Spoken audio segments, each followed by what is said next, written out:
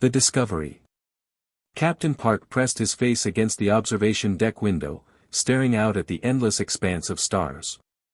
3 months they'd been traveling through this sector, and all they had to show for it were detailed scans of lifeless rocks. The horizon hummed quietly around him, its crew going about their routine duties with the practiced efficiency of people who'd been together too long in too small a space.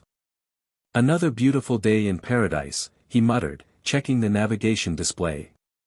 Moon GX-429 hung below them like a gray marble, as unremarkable as the dozen others they'd surveyed this month.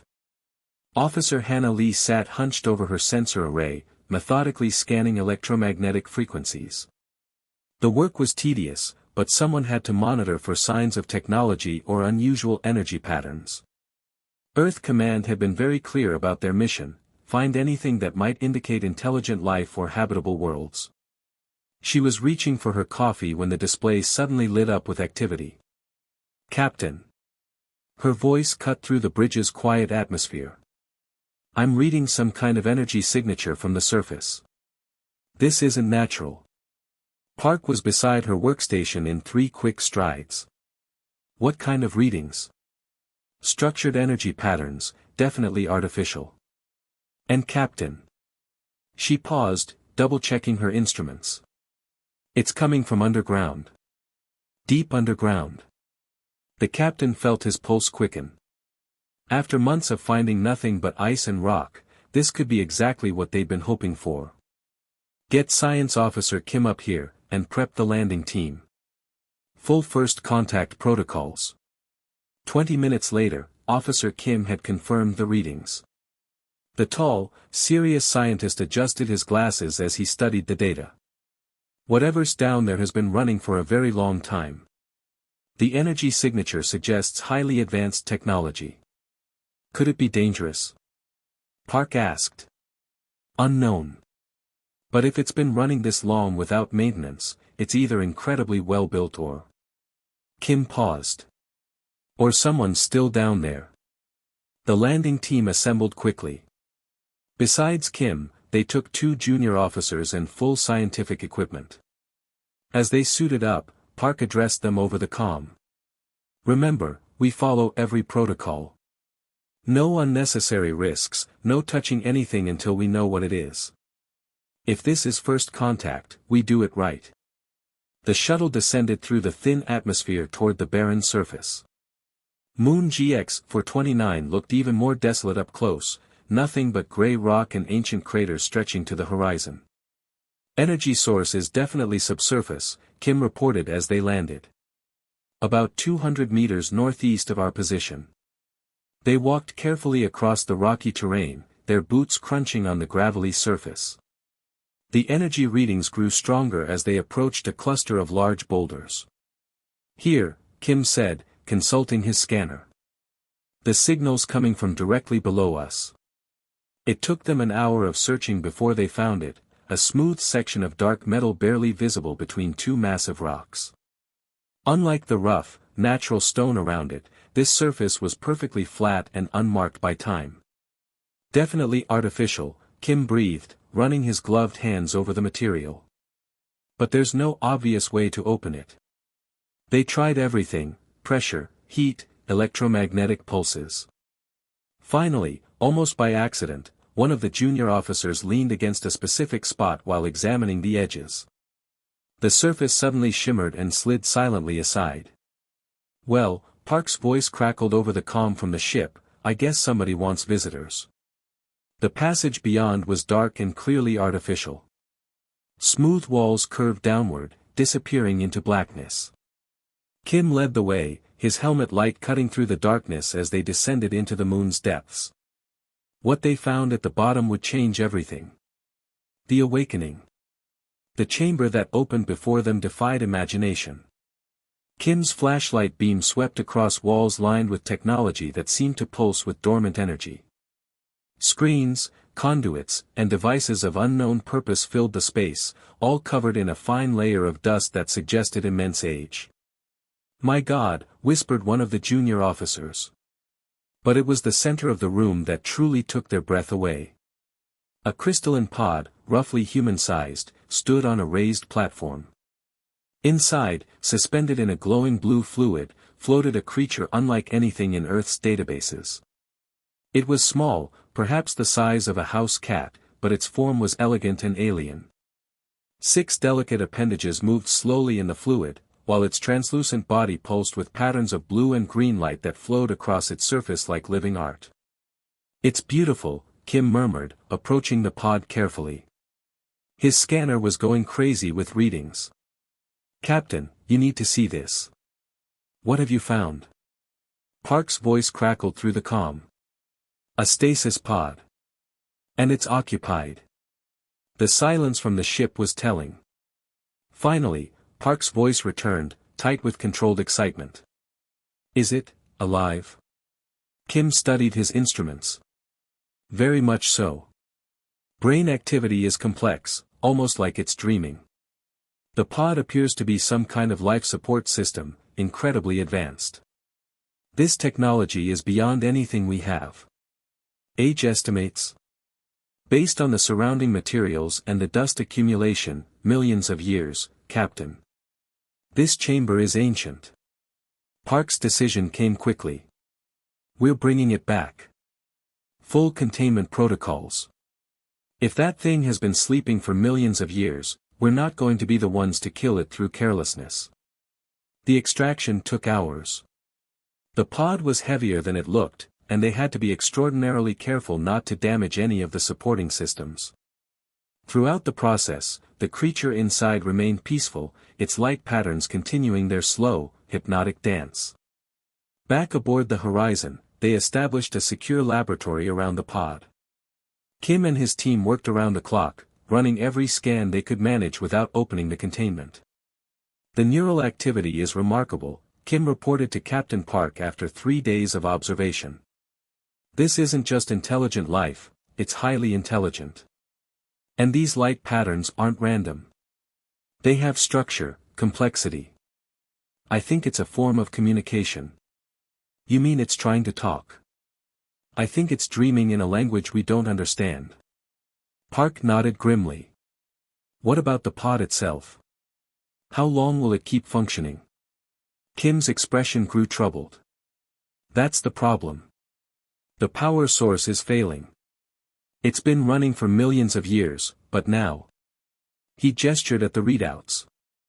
"I estimate we have maybe days before complete system failure." "What happens then?" "I don't know. Maybe it wakes up naturally. Maybe it dies. This is completely outside our experience." They didn't have to wait long to find out. The alarms began blaring during the night shift, red lights flashing throughout the ship. Kim and Park rushed to the laboratory to find the pod's surface beginning to crack. "The stasis field is collapsing," Kim reported, his hands flying over the controls. "I can't stabilize it." "Evacuation protocol," Park ordered. "Everyone out except essential personnel." "Captain, if we leave it alone, it might die when the pod fails," Kim protested. "This could be the most important discovery in human history." Park looked at the cracking pod, then at his science officer. The regulations were clear, unknown life forms required maximum caution. But Kim was right. They couldn't just abandon it. "What do you need?" "Time. And maybe someone to help monitor its vital signs when it wakes up." "I'll stay," Park decided. Together, they watched as the cracks spread across the pod's surface. Finally, with a soft hiss, the entire structure dissolved, releasing a flood of glowing blue liquid across the laboratory floor. The creature floated free for the first time in eons, its body pulsing with brilliant patterns of light. 6 graceful appendages moved through the air as it oriented itself to its new environment. Kim stepped forward slowly, hands visible and empty. "Hello," he said softly. "We found you. You're safe now." The creature turned toward him, its light patterns shifting to colors they hadn't seen before. Then it made a sound, soft, musical, like wind chimes made of crystal. "It's trying to communicate," Kim whispered. The ship's translation computer began analyzing the sounds and light patterns. "Unknown language detected." Beginning translation protocols. What happened next would bond human and alien in ways none of them expected. First contact. The creature moved with liquid grace, exploring its new environment with obvious curiosity. It touched the walls, the equipment, even the spilled stasis fluid, its light patterns changing with each new sensation. Kim and Park watched in fascination as it seemed to catalog everything around it. After several minutes of exploration, it returned to float directly in front of Kim. The musical tones came again, more complex this time, accompanied by intricate light displays across its translucent body. Translation progress at 20%, the computer announced. Continuing linguistic analysis. The creature tilted what might have been its head and made more sounds. This time, the computer managed a partial translation. Long sleep, how many? Kim and Park exchanged amazed looks. It was definitely trying to communicate. We don't know exactly how long you were sleeping, Kim said carefully. The place we found you is very old. Millions of years, we think. The creature's lights dimmed noticeably. When it spoke again, the computer translated, others, my kind. The sadness in that simple question was unmistakable. Kim shook his head gently. We only found you. I'm sorry. The alien floated lower, almost touching the floor. Its bioluminescent patterns became muted, subdued. For a long moment, the laboratory was quiet except for the ship's ambient noise. Finally, Captain Park stepped forward. I'm Captain Park of the Earth vessel Horizon. We're explorers from a planet called Earth. Can you understand me? The creature's lights pulsed 3 times in what seemed like acknowledgement. When it responded, the computer's translation was clearer, Captain, Leader. Yes, I understand. What should we call you? Kim asked gently. The response was a complex series of tones and light patterns that made the computer struggle. After several attempts, it gave up with, translation impossible, linguistic concepts not comparable. Kim smiled. That's too complicated for us. Would it be alright if we gave you a name we can pronounce? A single bright pulse, yes. How about Minu? It means, bright light, in one of our languages. Minu, good, came the translation, accompanied by what could only be described as pleased flickering. Park realized they had a more immediate problem. Minu, we need to make sure you're healthy and safe. Do you need anything? Food? Special conditions? Minu floated closer to a work table covered with various laboratory equipment. Its appendages pointed to several containers and then to mixing apparatus. I think it wants to show us something, Kim said. Minu, do you need us to mix something for you? Yes. Energy compound. Need for strength. Under Minu's careful guidance, they combined small amounts of minerals, liquids, and gases. The result was a thick, glowing blue substance that pulsed with its own internal light. Fascinating, Kim murmured, running quick tests. This creates a stable energy reaction. It's like a super battery in liquid form. Minu dipped 2 of its appendages into the mixture. The glow slowly dimmed as it absorbed the energy, while the patterns on its body grew noticeably brighter and more active. Better, Minu communicated. Thank you. Park made a decision that would change all their lives. Officer Kim, I need you to focus on the scientific aspects of this discovery. Minu is going to need someone dedicated to its care and well-being. I can handle both responsibilities, Captain. No, you can't. This is too important. Park activated the comm Officer Dehun Choi to the laboratory, immediately. Minutes later, Junior Science Officer Dehun Choi arrived, looking nervous but excited. Young and eager, Dehun had specialized in xenobiology, though he'd never expected to actually use that training. Officer Choi, Park said formally, I'm assigning you as primary caretaker for our guest. Minu's safety, health, and well-being are now your responsibility. Do you understand the importance of this assignment? Dehun straightened. Yes, sir. Completely.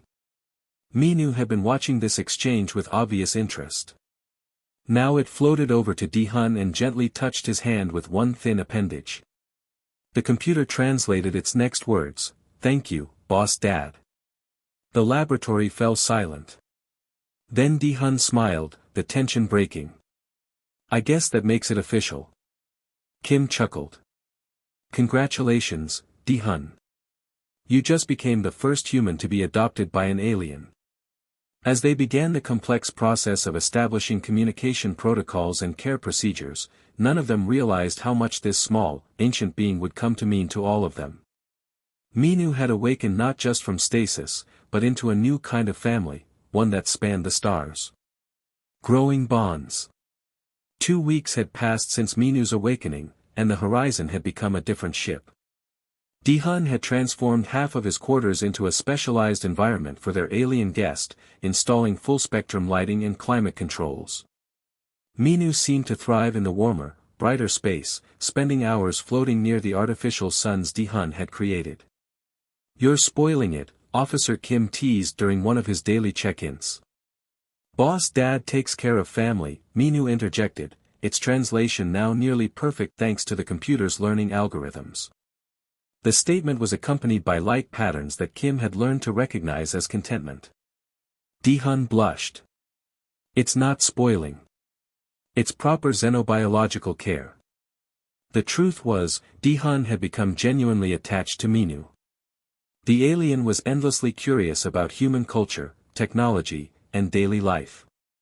It asked questions about everything from the ship's engines to why humans needed to sleep horizontally. "Your species rests in the same position for hours," Minu had observed. "Is this not uncomfortable?" "We don't really think about it," Dehun explained. "How did your people sleep?" Minu's lights dimmed slightly, a response Dehun had learned indicated sadness or difficult memories. "We rested while floating, like in the deep waters of home." "But that was, before." "Before what?" "Before the dying time. Before the long sleep." It was the most Minu had ever said about its past. Dehun waited patiently, not wanting to push, but hoping for more. "My people lived in the deep places," Minu continued finally. "Not like the surface where you found me. We built cities in the great caverns, filled with warm waters and growing lights." "Beautiful. What happened to them?" Star became angry. "Great heat, then great cold. The waters froze, the lights went dark. Some of my people tried to escape to other worlds. Others." Minu paused, its bioluminescence flickering. "Others chose the long sleep, hoping someone would find us when the star became peaceful again." Dehun felt his heart breaking for this ancient, lonely being. "I'm sorry, Minu. That must have been terrifying." "Not terrifying. Sad. But now." Minu's lights brightened, shifting to warm yellows and golds. "Now I have Boss Dad and ship family. Not alone anymore." Captain Park had been listening from the doorway. He stepped into the room, his expression thoughtful. "Minu, we're planning to return to Earth soon. Would you like to come with us? You'd be the first of your kind to see our home world." Minu floated closer to Park, its appendages moving in what Dehun recognized as excitement. "Earth is Boss Dad's home." "It's all our home," Park confirmed. "Billions of humans live there, in cities and towns all over the planet. We have oceans too, though I'm not sure they're like your deep waters." "We'll meet more humans." "Oh yes. Many more. Scientists who would love to learn about your people and your technology." "But Minu." Park's tone became serious. "Some humans might be afraid at first. You'd be the first alien they'd ever seen." Minu considered this. "Humans afraid of Minu?" "Some might be," Dehun said honestly. "But not us. We know you're kind and intelligent. Boss Dad protects Minu." "Always," Dehun promised without hesitation. Park smiled at the certainty in the young officer's voice. "We all will, Minu." You're part of our crew now. Over the following days, Minu became more integrated into ship life. It attended briefings, floating quietly beside Dehun while the crew discussed their route back to Earth. Its insights into ancient technology were invaluable. It had helped them understand several pieces of equipment from the underground chamber that had completely baffled the science team. Your people were remarkable engineers, Kim told Minu during one of their sessions. This power cell design is centuries ahead of our technology. We learn from the deep places, Minu explained. Pressure and heat teach good lessons for building strong things. The alien had also developed relationships with other crew members. It was fascinated by Officer Lee's sensor arrays and had somehow managed to improve their sensitivity by suggesting minor adjustments. The ship's engineer, Juno, discovered that Minu could instinctively understand complex energy flow patterns. But it was with Dehun that Minu was most relaxed. In the evenings, they would sit together in the makeshift habitat, Minu floating while Dehun read or worked on reports. Sometimes they just talked about their very different worlds. Boss Dad has family on Earth? Minu asked one evening. My parents and a younger sister, Dehun said. They'll be excited to meet you. Will sister be afraid? Dehun thought about his teenage sister, always eager for adventure and new experiences. I don't think so. She's braver than I am. Boss Dad very brave, Minu disagreed. Take care of lonely alien. Stay when pod breaks. Not many beings would do this. Dehun felt a warmth that had nothing to do with the habitat's climate controls. You're not just any alien, Minu. Your family. Minu's entire body pulsed with golden light. Family, it repeated, as if testing the word. Yes. Ship family. Boss Dad family. Good word. As they prepared for the long journey back to Earth, everyone aboard the Horizon knew they were carrying more than just an alien passenger. They were bringing hope, proof that intelligence and kindness could span the vast distances between worlds, and that even after millions of years of loneliness, friendship could bloom again among the stars. But none of them could predict the changes that Minu's arrival on Earth would bring to both their worlds. New beginnings. The journey back to Earth took 6 weeks, during which Minu became a full member of the crew. By the time they entered Earth's solar system, the alien had learned to navigate the ship's corridors, assist with maintenance tasks, and even help Officer Lee predict solar storm patterns with an intuitive understanding of energy fields that amazed everyone. Earth Command, this is Captain Park aboard the Horizon, Park transmitted as they approached the blue-green marble of home. Requesting priority docking. We have a very special passenger. The response was immediate and excited. News of their discovery had preceded them, transmitted months ago when they first found Minu. The entire scientific community was waiting. Minu pressed against the observation window, its body glowing with wonder as Earth grew larger before them. So much water, it whispered. Like the old stories of the surface seas. Wait until you see the oceans up close, Dehun said, floating beside his alien friend in the zero-gravity observation deck. They're full of life, thousands of different species. Boss Dad will show Minu. Of course. We'll visit the research station by the Pacific Ocean first. You'll love it. The docking procedure at Luna Station was unlike anything Dehun had ever experienced. Media crews, scientists, and government officials packed the viewing areas.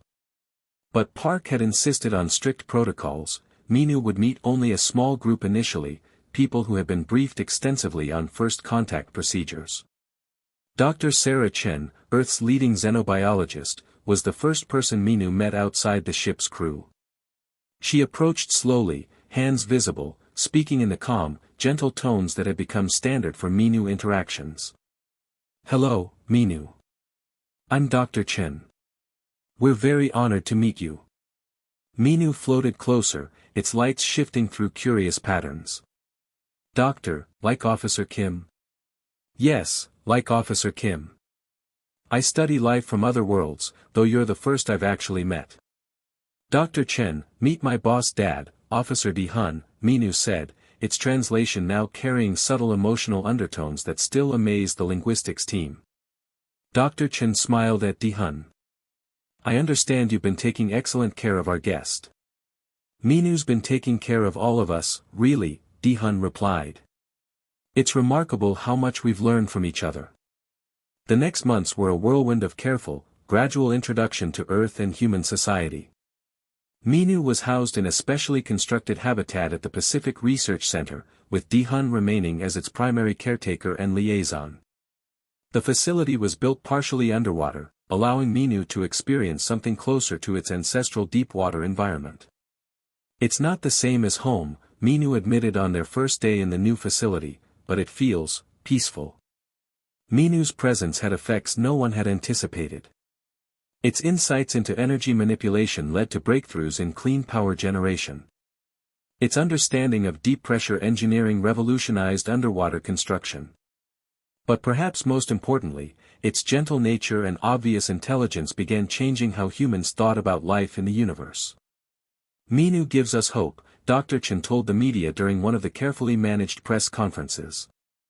It shows us that intelligence can take many forms, and that kindness might be a universal language. Children were among Minu's greatest admirers. When school groups visited the research center, Minu would create light shows in the water, painting stories in bioluminescent patterns that delighted young audiences. Why do you make the pretty lights? One 8-year-old asked during a visit. Because happiness should be shared, Minu replied, its body pulsing with warm, golden patterns. Beautiful things make hearts grow bigger. A year after their return to Earth, Dehun found himself standing on the observation deck of the research center, watching Minu play with a group of visiting marine biologists. The alien had learned to communicate with several Earth species, particularly dolphins, which seemed to understand its light patterns intuitively. No regrets? Captain Park asked, joining him at the window. Park now served as Earth's first Director of Interstellar Relations, a position created specifically to manage humanity's expanding contact with the cosmos. About becoming an alien babysitter? Dehun grinned. Never. This has been the adventure of a lifetime. The reconnaissance missions are opening up again. The Horizon is getting a new crew, new mission parameters. You could go back out there, look for more of Minu's people or other life forms. Dehun considered it. The idea was tempting, there were so many worlds to explore, so many mysteries to uncover. But then Minu noticed him through the water and swam over, its lights brightening with joy at seeing him. Boss Dad. Come see, dolphins teaching Minu new swimming games. Maybe someday, Dehun told Park. But right now, I'm exactly where I need to be. 5 years later, when the first interstellar communication array was completed using principles Minu had helped develop, humanity received its first message from another star system. It wasn't from Minu's people, they would never be found, their civilization lost to time and stellar catastrophe. But it was from another species, one that had been watching Earth since the news of human-alien cooperation had spread through the galaxy's sparse network of intelligence. Minu, now speaking perfect English and 17 other human languages, served as Earth's first interstellar ambassador. Its message to the approaching aliens was simple and profound. Welcome, friends. Here, different kinds of life learn together. Here, no one has to be alone. Standing beside Minu as the reply came through, Dehun reflected on how much had changed since that day they'd opened an ancient pod on a distant moon. The universe had seemed vast and empty then. Now it felt full of possibilities, connected by threads of understanding and friendship that spanned the darkness between stars. Minu turned to him, its eternal light patterns shifting to colors that Dehun had learned meant deep contentment and love. Boss Dad happy? Very happy, Minu. Very happy. As Earth prepared to welcome its second alien visitor, Dehun knew that their small family had grown into something much larger, a bridge between worlds, built from curiosity, kindness, and the simple recognition that intelligence, wherever it arose, deserved friendship and respect. The universe was no longer a lonely place. The end.